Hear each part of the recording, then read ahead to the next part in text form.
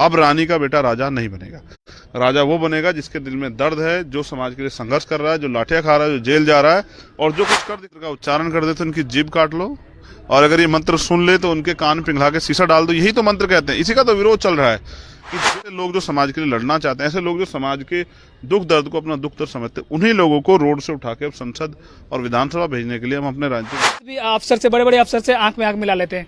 देखिए, वो मैंने बस उनको उनके अधिकार बताए और लोकतंत्र में उनकी शक्ति बताई। अब वो देखिए, बिहार में इनके दो महीने पहले जब एंट्री किए थे एडवोकेट चंद्रशेखर आजाद जी, तो काफी जो है पटना में हुजूम जुड़ा था, और इसके बाद फिर से अभी जो है पटना में मौजूद है हमारे साथ में। क्या कुछ फिर से दौरा पटना में है सर, बिहार में, तो क्या कुछ तैयारी है आपकी फिर से? देखिए, हमारी बहुजन समाज जोड़ो यात्रा शुरू हो रही है 8 फरवरी से पश्चिम चंपारण से।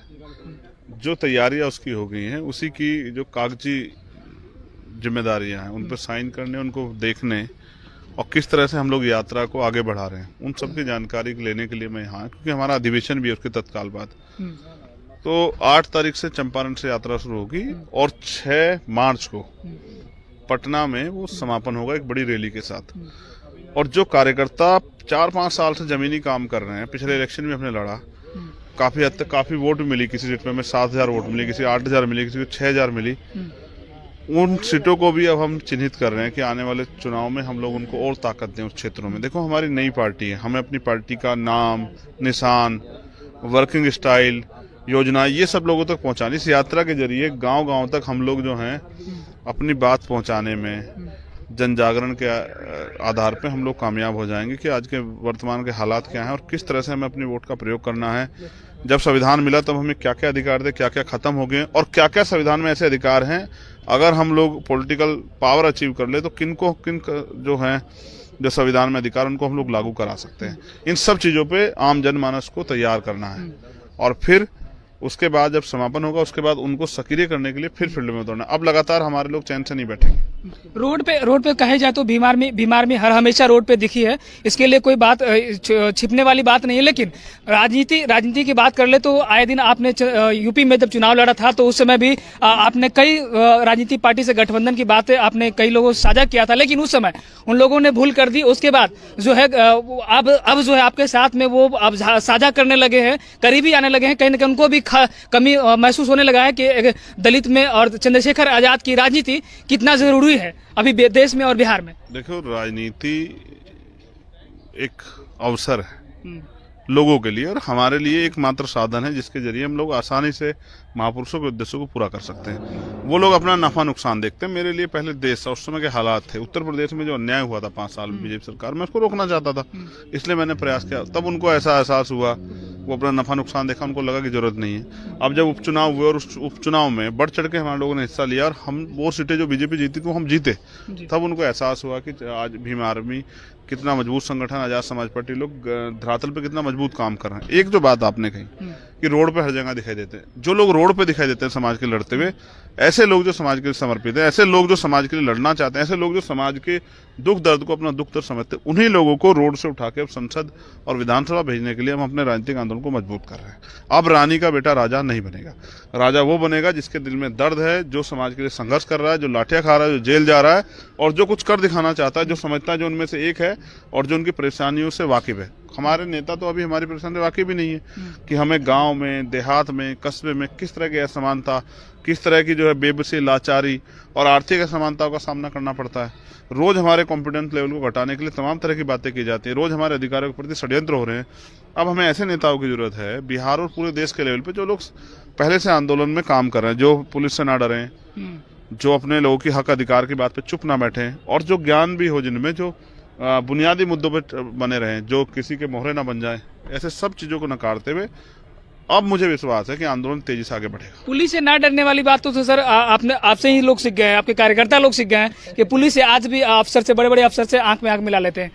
देखिए, वो मैंने बस उनको उनके अधिकार बताए और लोकतंत्र में उनकी शक्ति बताई। अब वो जागरूक हो चुके हैं, सवाल करते हैं। और देखिए, वो पुलिस का कप्तान कौन है? वो हमारे टैक्स से, तो वो तो सर्वेंट है हमारा, उसका काम है हमारे जो समस्याएं हैं जिले स्तर की उनको समाधान करे, तो उससे क्यों डरना? पुलिस के कप्तान से क्यों डरे? वो तो हमारे लिए वहाँ है, हम उसके लिए नहीं है, वो हमारे लिए। हम टैक्स देते हैं तब उनको तनख्वाह मिलती है। तो मैंने लोगों को सिर्फ उनकी शक्ति का एहसास करा है। अब वो लोगों को अपनी शक्ति का एहसास हो गया, अब वो सवाल करते हैं। अब वो मीडिया से भी सवाल करते हैं, अधिकारी से भी सवाल करते हैं, और वो नेताओं से सवाल करते हैं। अब नेताओं को मुश्किल आने वाली है। जो नेता आपकी लड़ाई विचारधारा से और समानता से है, तो बिहार के शिक्षा मंत्री चंद्रशेखर आजाद जी का जो बयान है कि रामचरितमानस में जो है कुछ श्लोक जो है वो कहीं ना कहीं आप सब दलित समाज को कहीं ना कहीं घृणित करने वाला शब्द है। सिर्फ दलितों, शूद्रों को, हाँ शूद्रों को। तो मतलब उस पे बहुत सारे बयानबाजी हो रहा है। लोग बोल रहे हैं कि कहीं ना कहीं शिक्षा मंत्री के जिह्वा काट देना चाहिए ऐसे अगर शब्द का इन्होंने जिक्र किया तो। और वो ग्रंथ भी तो यही कहते हैं कि अगर ये मंत्र का उच्चारण कर दे तो उनकी जीभ काट लो, और अगर ये मंत्र सुन ले तो उनके कान पिघला के शीशा डाल दो। यही तो मंत्र कहते हैं। इसी का तो विरोध चल रहा है कि जो मंत्र या जो भी धर्म ग्रंथ में कोई कहीं भी अगर ऐसा लिखा गया है जो हमारे समाज का अपमान करता है, हमारे लोगों के अधिकारों को से उन्हें वंचित करने का प्रयास करता है, या हम उसमें असमानता नहीं, तो उनको निकालना चाहिए।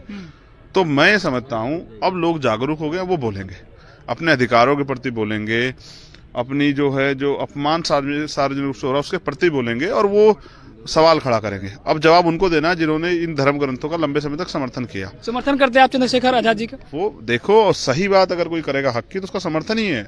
अगर विरोध नहीं तो समर्थन ही तो है। अब रानी का बेटा राजा नहीं बनेगा। राजा वो बनेगा जिसके दिल में दर्द है, जो समाज के लिए संघर्ष कर रहा है, जो लाठियां खा रहा है, जो जेल जा रहा है, और जो कुछ कर का उच्चारण कर दे तो उनकी जीभ काट लो, और अगर ये मंत्र सुन ले तो उनके कान पिघला के शीशा डाल दो। यही तो मंत्र कहते हैं। इसी का तो विरोध चल रहा है कि ऐसे लोग जो समाज के लिए लड़ना चाहते हैं, ऐसे लोग जो समाज के दुख दर्द को अपना दुख दर्द समझते हैं, उन्हीं लोगों को रोड से उठा के अब संसद और विधानसभा भेजने के लिए हम अपने राज्य अफसर से, बड़े बड़े अफसर से आंख में आंख मिला लेते हैं। देखिए, वो मैंने बस उनको उनके अधिकार बताए और लोकतंत्र में उनकी शक्ति बताई। अब वो देखिए, बिहार में इनके दो महीने पहले जब एंट्री किए थे एडवोकेट चंद्रशेखर आजाद जी, तो काफी जो है पटना में हुजूम जुड़ा था, और इसके बाद फिर से अभी जो है पटना में मौजूद है हमारे साथ में। क्या कुछ फिर से दौरा पटना में है सर, बिहार में, तो क्या कुछ तैयारी है आपकी फिर से? देखिए, हमारी बहुजन समाज जोड़ो यात्रा शुरू हो रही है 8 फरवरी से पश्चिम चंपारण से। जो तैयारियां उसकी हो गई हैं, उसी की जो कागजी जिम्मेदारियां हैं, उन पर साइन करने, उनको देखने, और किस तरह से हम लोग यात्रा को आगे बढ़ा रहे हैं, उन सब की जानकारी लेने के लिए मैं यहाँ, क्योंकि हमारा अधिवेशन भी है उसके तत्काल बाद। तो 8 तारीख से चंपारण से यात्रा शुरू होगी, और 6 मार्च को पटना में वो समापन होगा एक बड़ी रैली के साथ।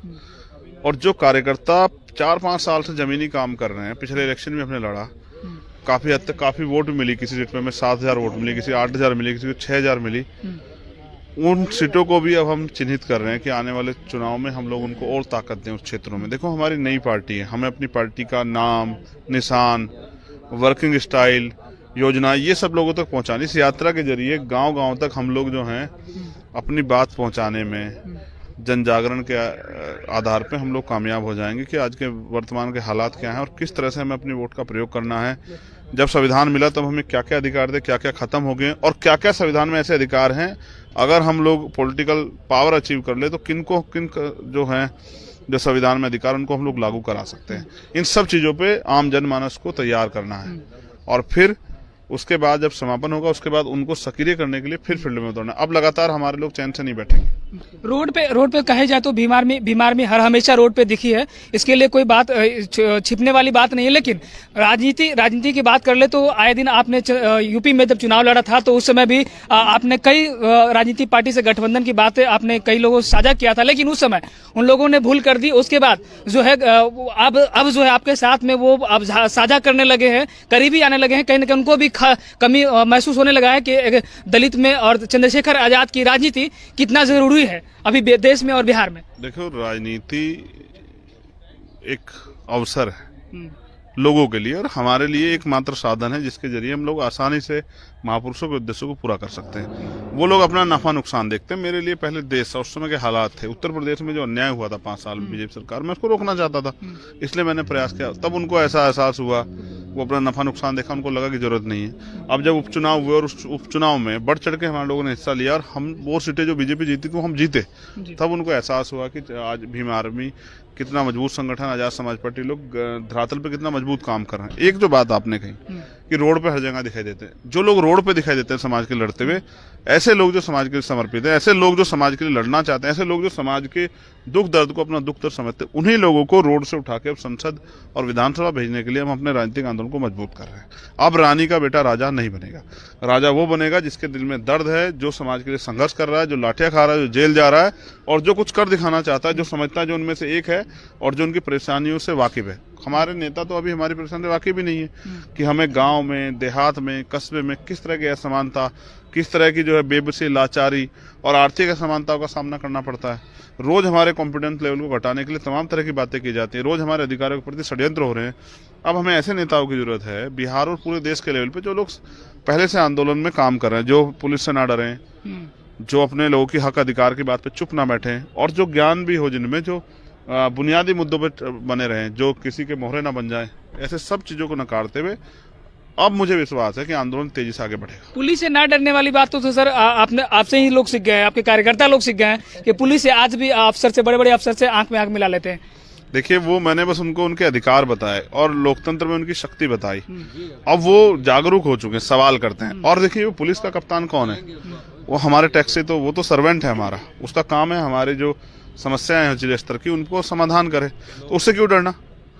पुलिस के कप्तान से क्यों डरे?